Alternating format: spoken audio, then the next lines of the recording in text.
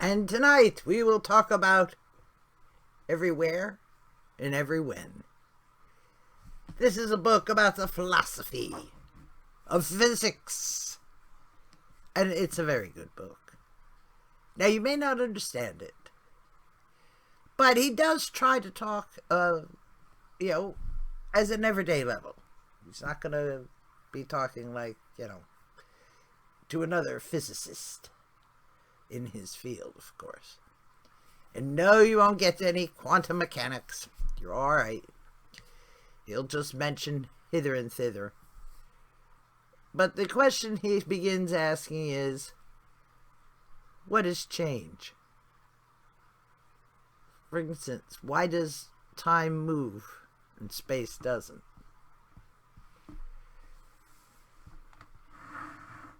So, it's called Melissa's paradox. X at time 1 equals and doesn't equal that same X at time 2.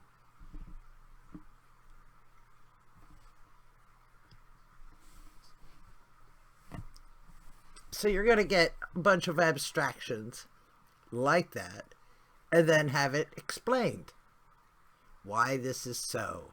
Why the paradox, which apparently is and also is not, actually works for physics.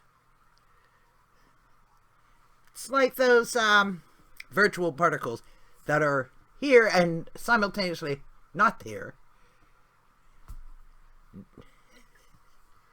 Like the cat who is alive and dead.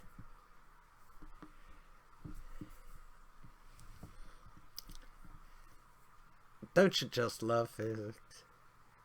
It's good stuff.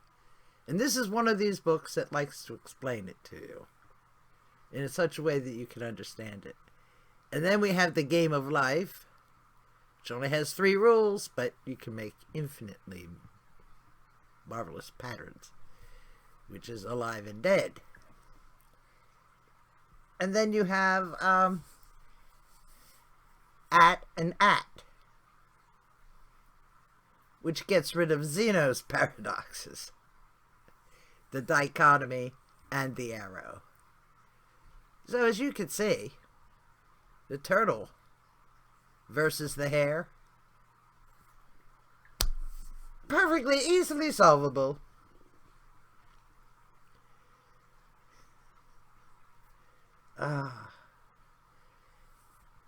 And this goes along with another book, Plato and the Platypus Walk into the Bar. Philosophy taught by jokes. A paradox. Apparently logical arguments based upon apparently true premises, and yet it results in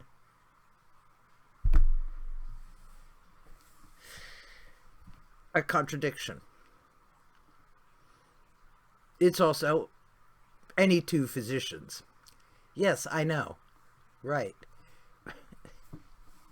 And what is identity anyway? You have an is of identity and an is of the predicate. So it all depends on what your definition of is.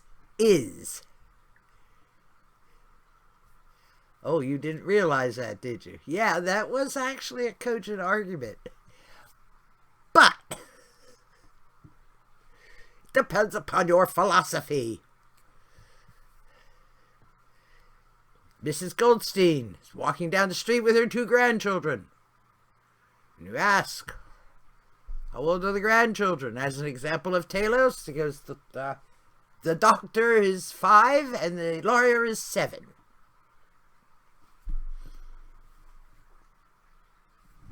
The identity, as opposed to the predicate.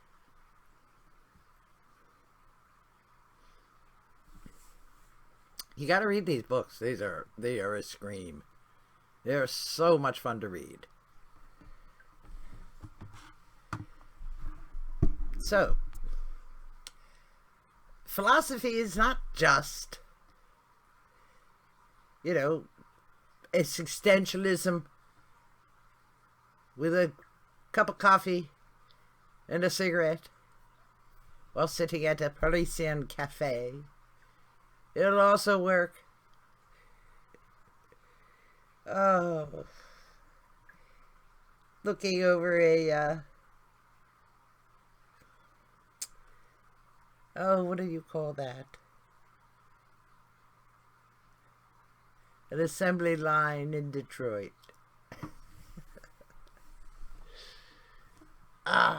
Yeah. Because there's all kinds of philosophies. There's even meta-philosophy, which is the philosophy of philosophy, which you would think they would know already before they got into it. I mean, one doesn't go into hairdressing contemplating the essence of hairdressing, does one?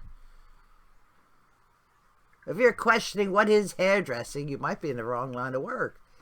And yet, it's perfectly legit to philosophize about philosophy, which is meta-philosophy. Well, someone's got to do it. It's just like the other joke, where the husband comes home, opens the closet, and there's a naked man standing there and goes, "What are you doing here?" And the guy answers, the naked man answers, "Well, you got to be somewhere."